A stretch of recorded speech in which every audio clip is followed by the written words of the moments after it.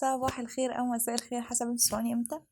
حقيقة الفيديو ده بحاول ما اعملوش بس يعني تقريبا هو لازم اعمله. احنا في فترات حياتنا كلها بنتعرض دايما للخذلان بأي طريقة من الطرق بقى، سواء احنا بنتعشم زيادة، سواء هو موقف فعلا مش حلو، سواء احنا كنا فعلا متخيلين حد يعمل حاجة وما عملهاش، سواء حتى حد حسسنا بأيا كان الإحساس، بس هو شعور وحش بيوصلنا في الآخر إن احنا حاسين احنا مخذولين. فانا ما كنتش عارفه اتكلم في الحوار ده بالذات لاني كنت لسه ما تخطيتش الموضوع، لان انا طول حياتي اصلا بيحصل لي مواقف من دي كتير، بس الفتره الاخيره حصل لي ورا بعض كتير قوي. فكان سبب في ان في حاجات كتير قوي ما كنتش عارفه اعملها. فلما الحمد لله وبفضل ربنا عرفت اتخطى المرحله دي وعرفت اتخطى الموضوع ده وتعلمت منه حاجات كتير جدا، حبيت اطلع اقول لكم على حاجات كتير، مشاعر جوايا. وبجد الفيديو ده اعتقد هيبقى من قلبي قوي، واعتقد هيوصل لكم في الاخر يعني. بس بتمنى تكملوا لي الاخر، لان بجد دي خلاصة تجربة اصلا بجربها من وانا صغيرة ولسه الألم معلم فيا لحد دلوقتي. فمتهيألي ان اي حد اتعرض لخذلان ايا كان هو ايه هيتبسط قوي من الفيديو ده وهيساعده كتير متهيألي. ولو عندكم تجارب قادرين تحكوها، وده من حاجات اللي النهارده هنتعلمها سوا اصلا، اكتبوها في الكومنتات او شاركوني انتوا حاسين بايه. نقول بسم الله. الخذلان ده بنمر بيه دايما بثلاث مراحل من وجهة نظري. اول مرحلة هو الانكار، انك تبقى ناكر اصلا اللي حصل ده او من الشخص ده، انه ازاي وما ينفعش مش عارفه ايه. ودي ليها مراحل. والمرحلة التانية حزن او الاكتئاب اللي بيلمس شوية في اكتئاب. وتالت حاجة هي التقبل. فأول مرحلة بيحصل لنا حاجة كده ان احنا بنحس انه ازاي وما ينفعش، واصل ده طب ما هو عمل، طب ما هو سوى، ما ممكن، ما مش ممكن، مش عارفة ايه. دي كلها حاجات بجد يعني ايه بتاخد وقت كتير قوي. لازم تعرف شخصيتك، واكيد انت دلوقتي عارف شخصيتك هتبقى من انهي حد في الاتنين اللي هقول عليهم دول. انت يا اما شخصيتك هتبقى من النوع اللي ما بيرتاحش غير لما بيتكلم، ما بيرتاحش غير لما يعاتب، ما بيرتاحش غير لما يقول اللي جواه. ودي اكتر حاجة هوصيك بيها، ان انت لو من الاشخاص دي او من النوعية دي روح اتكلم وعاتب الشخص، حتى لو انت مش فارق معاك، حتى لو عايز انه يبقاش فارق معاك، حتى لو انت متضايق منه روح عاتبه عشان انت ترتاح، مش عشانه خالص، بس عشان انت ترتاح. لو انت من الشخصيات دي، لو فضلت كاتم في نفسك وحاسس اصل ما ينفعش اروح اكلمه، اصل مش عارفه ايه، اصل ده ما ينفعش، اصل ما يصحش، لا روح كلمه او روحي كلميها، ايا كان علاقتكم ببعض ايه. روحوا اتكلموا وقولوا اللي جواكم، حتى لو مفيش مقابل او حتى مفيش رد او الشخص ده ما يستاهلش العتاب، مادام دي فيها راحتكم اتكلموا. وفي نوعية تانية اللي ما بيحبش يتكلم وما بيحبش يقول حاجة. انت لو خذلتني او زعلت مني انا خلاص اتقفلت منك، بس مش هقولك، مش هعاتبك. دي ناس بتبقى اصعب شوية، ان هم ما عندهمش طريقة للراحة، هم عندهم طريقة بيخبوا جواهم طول الوقت. ففي الحالتين ايا كان انتوا انا شخصية، المرحلة التالتة بقى اللي بندخل لها هي مهمة جدا، وفي ناس بتتخطاها وانا شايفة ان ده غلط جدا. ان عمرك ما تتخطى حزنك، ما تتخطاهوش، ما تزعلش منه. اديله وقته، اديله وقت تزعل. البني ادمين اللي في حياتنا دول غاليين عندنا، وكل واحد كمان بيتعلق بالناس قوي. يعني انا شخصية بتعلق جدا جدا بالناس لدرجة مرضية، ولما بيمشوا ببقى عاملة زي العيال الصغيرة اللي عمالة تعيط وتدبدب في الارض. فالموضوع بيبقى صعب جدا عليا لاني ما عنديش صحاب كتير. بس من مثلا سنتين تقريبا وانا في مواقف خذلان بتتوالى لحد ما كنت خلاص يعني انا صفرت جبت جاز زي ما بيقولوا. فكنت بغلط غلطة دايما ان انا ما كنتش بدي حقي في الزعل. انا شخص عملي شويه، كنت كل شويه اقول لا، اروح واعمل واسوي واتخطى واعرف ناس واروح اخرج في وقت لو احنا نطينا للمرحلة دي، الوقت ده لو ما اتخدش هنتحاسب عليه كتير جدا بعد كده جدا. صدقوني هتتحاسبوا كتير وهتتأثروا كتير، والحاجات اللي انتوا فاكرين ان انتوا كده بتصلحوا هتلاقوا نفسكم اصلا بعد كده خرابة، مش عارفين تعملوا حاجة. اوعوا تتخطى الحزن، اوعى تتخطى الحزن، لازم تديله حقه. انت طبطب على نفسك كده وقول لنفسك معلش حقك عليا، وخد نفس واهدى مع نفسك وخد وقت، ايا كان الوقت ده هيبقى ايه، حتى لو طول شويه معلش معلش، نفسك وليها حق عليك، على قد المعزه على قد الغلاوه على قد ما الزعل بيبقى موجود. فلو البني ادم ده كل ما غلاوته كانت زايده كل ما فتره التعب بتزيد.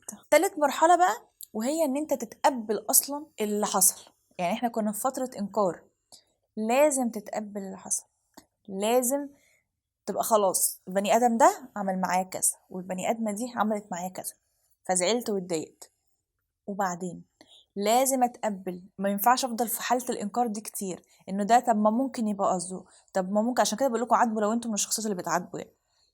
فخلاص خلصنا المرحله دي، بندخل في مرحله التقبل، اني بتقبل ان ده حصل لي، خلاص اللي حصل حصل.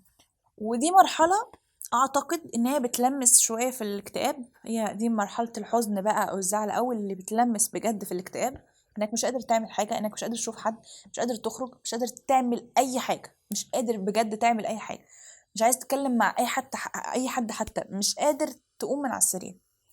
دي بتلمس بجد شويه في اكتئاب، وبتبقى زعلان وحزين، وممكن تقعدوا تعيطوا طول الليل وطول النهار، وكل ما تشوفوا حد ولو حد بجد لمسكوا هتعيطوا من غير اي مناقشه. انا عارفه ان ده يحصل طبعا، بتختلف من شخص لشخص طبعا، بس اعتقد ان المعظم بيحصل له كده عشان احنا بشر وطبيعي نتاثر ببعض.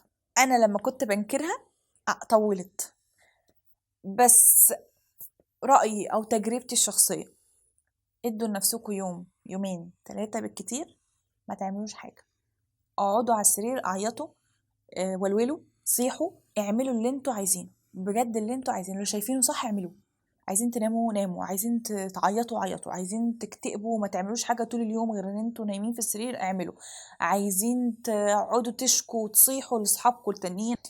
ودي هتدينا النقطه التانية او التالتة او الرابعه، مش هنعد بقى مع بعض يعني عدوا قولي في الكومنتات. وهي ان الفتره دي علمتني، وكل مرة بجد بتعلمني ان ربنا زي ما بيكرمنا بحاجات بيبتلينا اوقات. والله انتوا ماليكوا غيري، والله لو رحت فين وجيت منين انت هترجع نفس النقطة تاني، مالكش غيري، مالكش حد غيري، وفعلا احنا مالناش غير ربنا.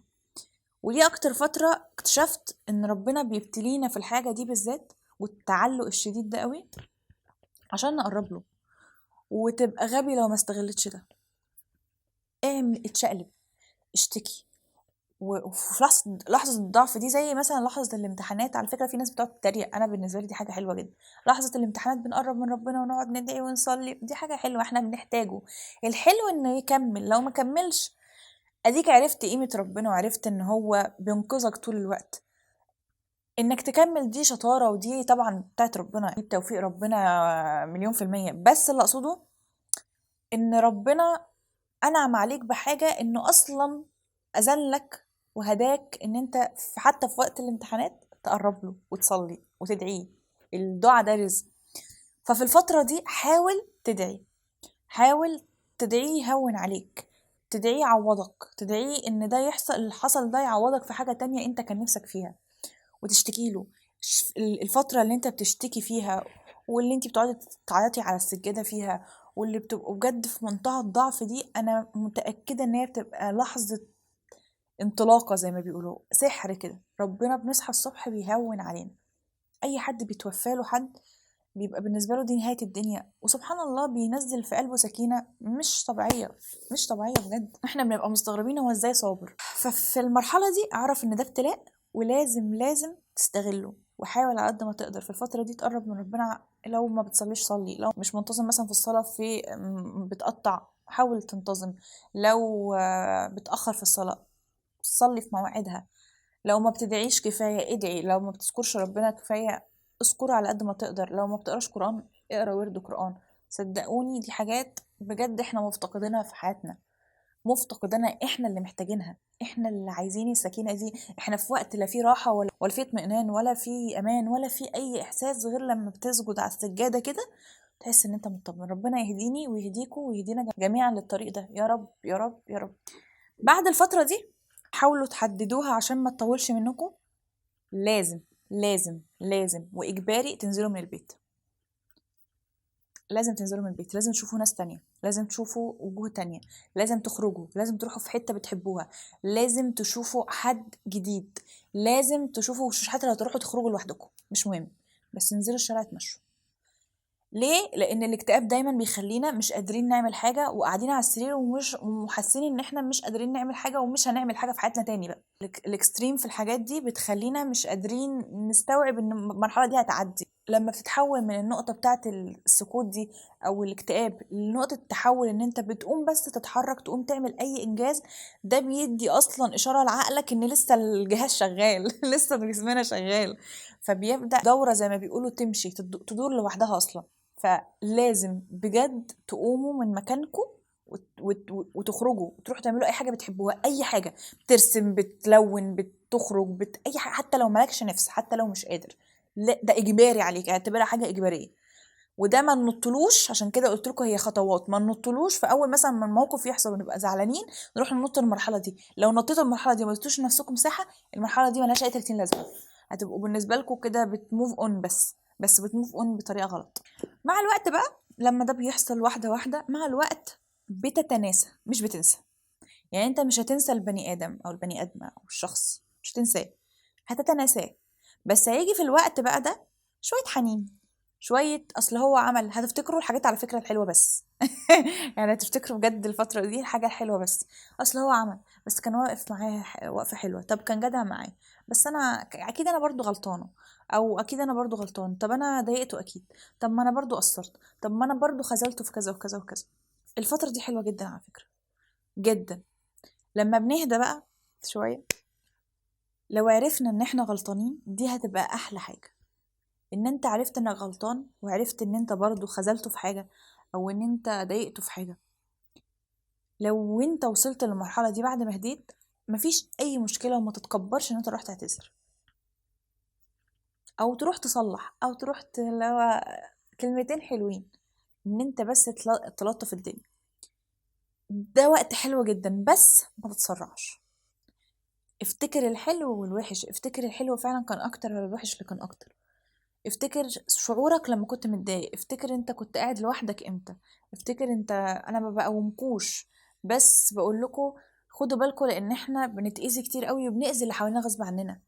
احنا مش دايما لازم نبقى عايشين دور المظلومين، احنا ممكن نكون ظالمين في رواية احدهم بجد، وده بيحصل. انا ده اكتشفته ان دايما حتى لو انت شايف ان انت مظلوم وان يا عيني وان حصل وحصل وحصل فيك، دايما الطرف الاخر بيبقى شايف ان هو مظلوم، ودايما بيبقى شايف ان هو انت جيت عليه وان انت ظلمته وان انت خدت حقه وان انت خذلته وان انت كل حاجه نفس اللي انت حسيته. لان احنا برضو مش كل الناس وحشين، كل واحد برضو ليه ظروفه يعني. فلو انت وصلت للمرحله دي، فكر بس شويه، ادي مساحه لنفسك تفكر بقى وتحسبها بقى بالورقه والقلم كده. انا عملت وهو عمل، انا سويت وهو سوى، قدرت تتقبل ان انت تسامحه وترجع تاني تتكلم معاه، يا ريت جدا جدا. ما تقطعوش العلاقات لمجرد ان هي حاولوا مره واتنين وتلاته. انا في معظم علاقاتي، مع اني مش حابه اتكلم في الحوار ده، بس في معظم علاقاتي والله انا بتجنب اتكلم فعلا في الحوار مش عايزه، بس في معظم الاوقات انا حاولت كتير واتكلمت كتير. ويمكن انا بقول ده دلوقتي وبعمل الفيديو ده لنفسي مش ليكوا برضو، يعني ممكن اكون انا بعمله برضو لنفسي اكتر ما هو ليكوا، بس كلنا بنفيد بعض وكلنا تجاربنا بتفيد بعض. بس انا حاولت كتير واتكلمت كتير يعني واكتشفت ان ده في علاقات كتير مش في علاقه واحده، يعني بيني وبين صحابي مثلا، في حاجات كتير في طول حياتي. بس الاذى كان بالنسبه لي، مش لازم البني ادم وحش، بس هو الاذى كان بالنسبه لي الوجع اللي حسيته مش عارفه انساه، مش عارفه اسامح، مش عارفه اتغاضى عنه. كنت ببقى متضايقه وتاثيره كمان، انا مشكلتي بالتاثير بيمتد معايا حاجات كتير قوي. مبقاش عارفه اصور، مبقاش عارفه اخرج، مبقاش عارفه اضحك، مبقاش بكتئب بجد، بكتئب يعني. فحلوه الفتره دي، بس فكروا فيها. لو قدرتوا احلى حاجه في الدنيا تتسامحوا ترجعوا صحاب زي الاول، ما قدرتوش ما تلوموش نفسكم، ما تحملوش نفسكم فوق طاقتكم، بالراحه على نفسكم عشان هي اللي باقيه لكم. خلاص سامحتوا، سامحوه بهم، بس يعني ان هو ايه، تبقى خلاص انتوا مسافرين وبتسلموا على بعض وبتهزروا مع بعض. انا في حته مش عارفه هي في حد غيري ولا لا، بس انا في حته ان انا لما ابقى متضايقه من حد ممكن ما اتكلمش معاه. عارفين العيال الصغيره اللي بتخصم، لو خصم وبتاع ويتخصموا، انا ببقى كده، لو انا خلاص زعلت منك يعني بجد خلاص، يعني بعد محاولات كتير، مش محاولة واحدة بس اتقفلت، يبقى انا اتقفلت، ما كرهتكش بس اتقفلت منك، فما اعرفش اسلم عليك، ما اعرفش اضحك في وشك، ما اعرفش احضنك، ما اعرفش ابوسك، ما اعرفش. فبحاول اصلح من ده، لان انا شايفه ان ده غلط، وبقوله قدام الكاميرا عادي جدا، انا شايفه ان ده غلط. ما تعملوش زيي، وحاولوا لا تسامحوا وتسلموا عادي. ما قدرتوش بقى من جواكم كنت تصلحوا الموضوع، خلاص يعني ماشي، احنا بس بينا عشره وعيش وملح وخلاص على كده. بس ما قدرتوش بقى خلاص، يعني خلاص سلموا الموضوع وخلاص، انا زي الفل، احنا معرفة وعيش وملح زي ما قلت. وفي حاجة بقى حابة اقولها، ودي لو هتطلعوا منها بالفيديو كله يا ريت. في حاجات كده ما تعملوهاش، لاني بقيت بشوفها كتير قوي، وانا وقعت في حاجات منهم، بقولها بمنتهى الصراحة أهو. انا فعلا وقعت في حاجات منهم. ما تعملوهاش. اول حاجة، لو البني ادم ده احتاجك في اي حاجة، اي حاجة، انت اول واحد تبقى واقف جنبه، حتى لو هو خذلك في نفس الموقف. اعملوا باصلكم واعملوا بتربيتكم، ما تعملوش باللي شفتوه. في ناس ما تستاهلش، بس تتعاملوا باللي ربنا امرنا بيه. وطبعا لو في مقدرتك، بس حاولوا على قد ما تقدروا، حتى لو هتيجوا على نفسكم شويه صغيرين، بس تعملوا حاجه ان انتوا تبقوا واقفين جنبهم. ده في عشره وعيش وملح، ودخلتوا بيوت بعض، فما تقطعوش الخيط ده، ويمكن ده اللي يصلح بعدين. تاني حاجه، بلاش البوستات بتاعه التلقيح. يا جماعه البوستات بتاعه التلقيح دي بتوجع قوي قوي، حتى لو التلقيح اللي هو البسيط ده، اللي هو من على الوش ده، اللي حد مزعلني، حتى ما تعملوش كده. يمكن المية ترجع لمجاريها زي ما بيقولوا، فتبقوا زعلانين من بعض في الحتة دي بس اصلا. ويمكن ده اللي يخلي الموضوع يهدى عند الاتنين، ان انتوا تتخطوا وهم يتخطوا. بلاش تلقيح، بلاش عشان خاطري، بلاش الشيء. انا عارفه ان انتوا مش قادرين، ومش قادرين تمسكوا نفسكم وزعلانين، فعايزين تعبروا عن اللي جواكم باي طريقه. امسكوا نفسكم، اتاكدوا ربنا يعوضكم خير بسبب الحته دي، والله بتوجع صدقوني. بلاش تتكلموا وتفشوا اسرار الناس اللي كانت معاكم. صحابكم دول صندوق، خدوا الصندوق ده ارموه في البحر. اياكوا تطلعوا سر بره، عشان انتوا متعصبين ولو زلت لسان. عشان كده ما يعني تخطوا انكم تتكلموا عنهم اصلا. بلاش تتكلموا عنهم ولا تجيبوا سيرتهم لاي حد. لو حد سالكوا، ده حلو جدا ودي حلوه جدا وده حلو جدا، ده اخلاق، ده هو بس سوء تفاهم. ما تشمتوش حد نفيكوا. على فكره ناس فضوليه جدا بتحب تعرف اي حاجه وكل حاجه. مش شطاره منك ولا منك ان انتوا تعملوا كده خالص، هي بتبقى فيها لذه كده، بس ربنا منعنا من اللذه دي. بلاش تنموا بقى وكده على الناس دي ناس برضو كان في الاخر بينكم عيش وملح. واخر حاجه، اتعلموا ما تعشموش في حد. اتعلموا ان اللي في ايدكم هو اللي هيسندكم. انت اللي في ايدك تطبطب على نفسك، وانت اللي في ايدك تعمل حاجه لنفسك. حاولوا ما تحتاجوش لحد، والله بقول لكم ده من قلبي، ما تحتاجوش لحد، ما تعشموش في حد. هتتخذلوا غصب عنكم. البني ادمين فيهم ظروف كتير قوي، وليهم ظروف كتير قوي قوي قوي. فمحدش يضمن ظروف التاني، محدش يضمن ان التاني يأثر معاك.